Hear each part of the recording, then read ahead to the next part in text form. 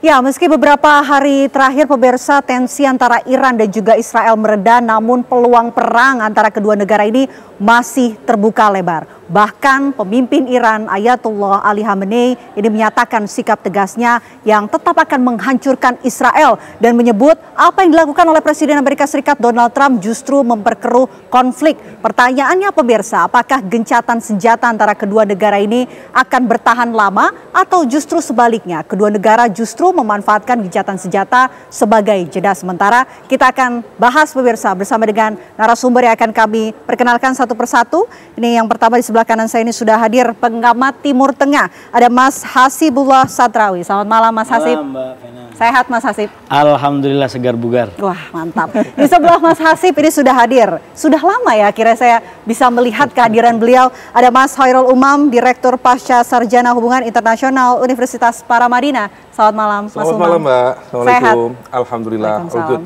Oke, selain kedua narasumber ini juga kita sudah terhubung pemirsa melalui sambungan Zoom. Sudah ada Pak Iwan Wiranata Atmaja, mantan Dubes RI di Iran. Assalamualaikum, selamat malam Pak Iwan. Saya tidak bisa dengar. Oke. Saya tidak bisa dengar suara dari TV One.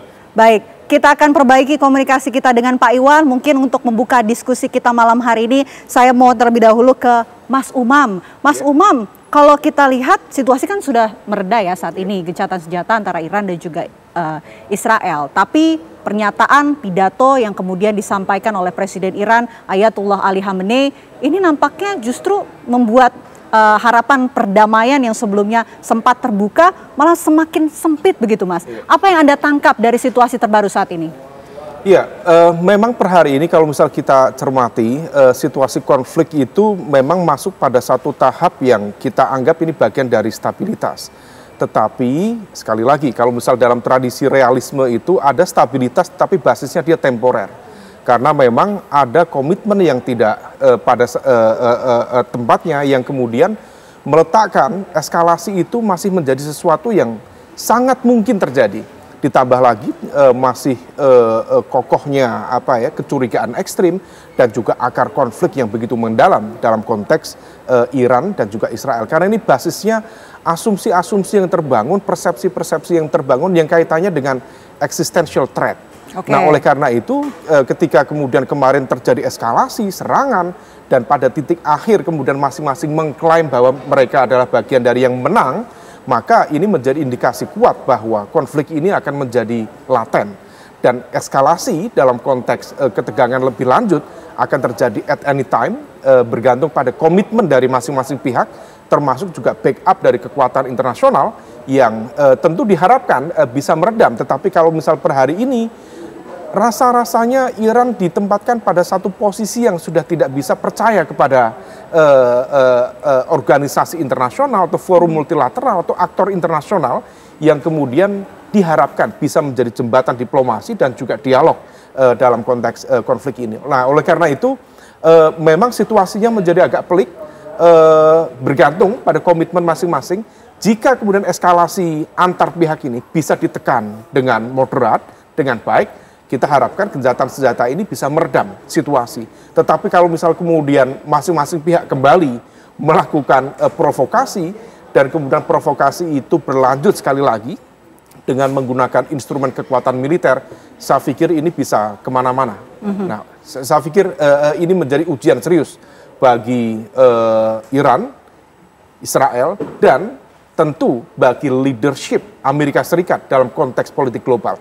Karena kalau misal kemudian terjadi sekali lagi serangan dari salah satu pihak, maka itu akan bisa menjadi sebuah tamparan keras bagi kredibilitas Amerika Serikat di mata politik internasional. Oke, saya mau mendapatkan analisa lain dari Mas Hasib. Mas Hasib, ini kan gencatan senjata tengah berlangsung, tapi justru pernyataan yang disampaikan oleh Presiden Iran ini nampaknya juga makin mempertegas sikap Iran setelah mungkin gencatan senjata ini sudah tidak berlangsung. Kita tidak ingin itu terjadi. Tapi analisa Anda dari apa yang terbaru ini muncul nih apa? Adakah hal yang kemungkinan membuat perdamaian ini bisa terwujud dalam waktu dekat?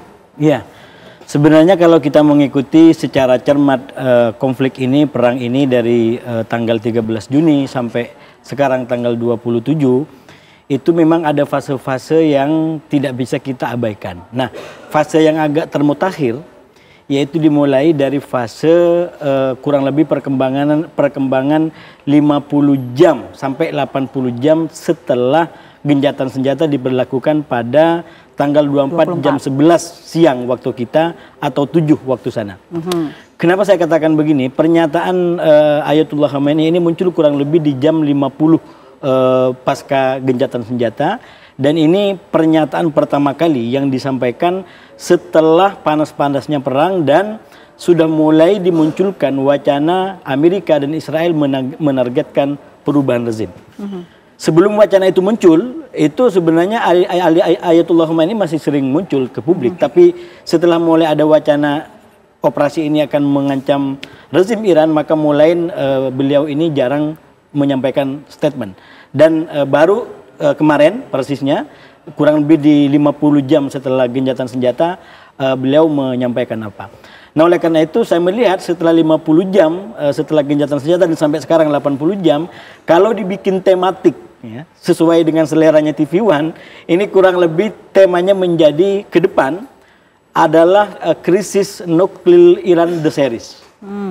Ini beda daripada sebelumnya. Kalau sebelumnya sudah menjadi kisah perang militer secara terbuka dan terbatas, ke depan dalam bacaan saya ini akan betul-betul menjadi sebuah dinamika. Judulnya adalah krisis nuklir Iran the series. Kenapa? Karena dinamika ini akan betul-betul menyedot perhatian banyak orang, menjadi tema dari satu waktu ke waktu yang lain, dan akan menjadi tarik ulur. Kenapa tarik ulur? Terutama bagi Iran, tadi disampaikan oleh Mas Umam. Iran ini saya nyebut dalam beberapa kesempatan 2 kali menjadi korban dari strategi 2 tangannya Trump. Apa itu strategi 2 tangannya Trump? Dari satu kanan dia pakai pendekatan diplomasi, tapi tangan yang lain dia menghajar pakai militer. Pertama nggak diakuin, itulah serangan 13 ya, nggak diakuin, ini Israel sepihak, kami nggak ada hubungan. Lalu kemudian lanjut ketika Trump mengambil opsi melakukan serangan langsung Amerika pada tanggal 22 Juni kemarin. Konteksnya juga sama. Saat itu Iran sudah berunding dengan negara-negara di Eropa. Ada Prancis, ada Inggris, dan perwakilan Eropa langsung yang hadir di situ. Baru selesai berunding, malamnya ternyata Trump sudah ngambil keputusan hajar langsung fasilitas nuklirnya Iran. Jadi itu yang saya bilang korban kedua daripada penggunaan strategi 2 tangan yang dimainkan oleh Trump. Nah, nampaknya Iran sangat hati-hati dan cukup trauma dengan ini semua. Karena itu kalau kita baca perkembangannya, kisaran di antara 50 sampai 80 jam setelah gencatan senjata, misalkan yang terbaru disampaikan oleh Menlu Iran, beliau menyampaikan kita belum komit untuk kembali ke perundingan. Padahal Trump sudah sangat maju mengatakan akan segera kembali pada perundingan. Dari bacaan Anda ini belum komit dengan adanya perundingan tersebut.